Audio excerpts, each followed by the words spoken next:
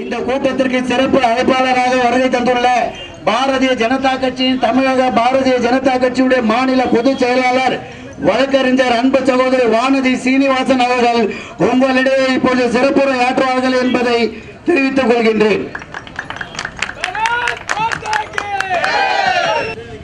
திமுக அதிமுக என்ற இரண்டு கட்சிகளுக்கும் மாற்றாக அல்லது இந்த இரண்டு கட்சிகளும் இல்லாமல் ஒரு வலுவான கூட்டணி அமைய முடியும் என்கின்ற நம்பிக்கையை இப்போது தேசிய ஜனநாயக கூட்டணி ஏற்படுத்தி இருக்கிறது. தேசிய அரசியலில் ஒரு மாற்றம் வரப்போகிறது என்று எல்லோரும் எழுதுகிறார்கள், பேசுகிறார்கள். ஆனால் தமிழகத்தை பொறுத்தவரை இந்த வலுவான கட்சி இந்த இரண்டு கட்சிகளும் இல்லாமல் எப்படி திரு நரேந்திர மோடி அவர்கள் பிரதமராக முடியும் என்கின்ற கேள்வியை திரும்ப திரும்ப திரும்ப திரும்ப கேட்டுக் கொண்டிருந்தார்கள். ஆனால் கடந்த 20ஆம் தேதி தமிழகம் டெல்லியில் அமையக்கூடிய ஆட்சியில் நேரடியாக பங்கு பெறும் என்கின்ற செய்தியை தமிழகத்து மக்களுக்கு மட்டுமல்ல இந்த இந்தியா முழுக்க இருக்கக்கூடிய மாநிலத்து மக்களுக்கு தெளிவாக உணர்த்தி இருக்கிறது.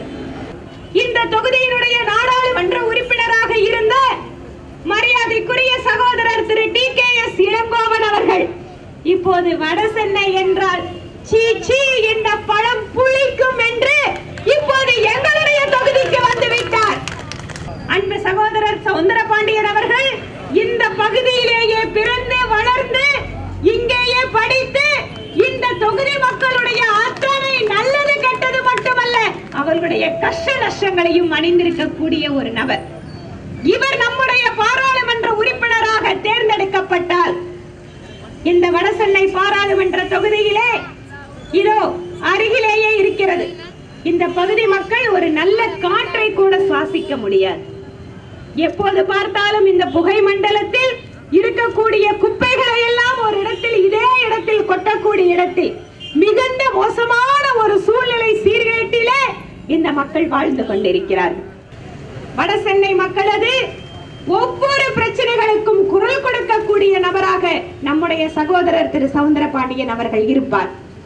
எப்படி எந்தவித சூழ்நிலைக்கும் அஞ்சாமல் தன்னுடைய மனதில் பட்ட கருத்துக்களை யாருக்கும் பயப்படாமல் எத்தனை வழக்குகள் போட்டாலும் நான் சந்திப்பதற்கு தயார் என்று கேப்டன்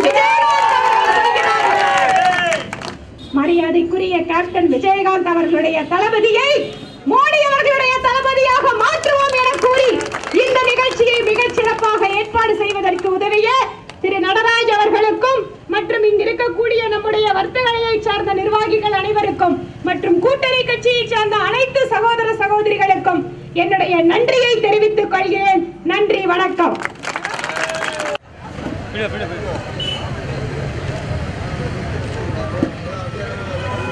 Thank you.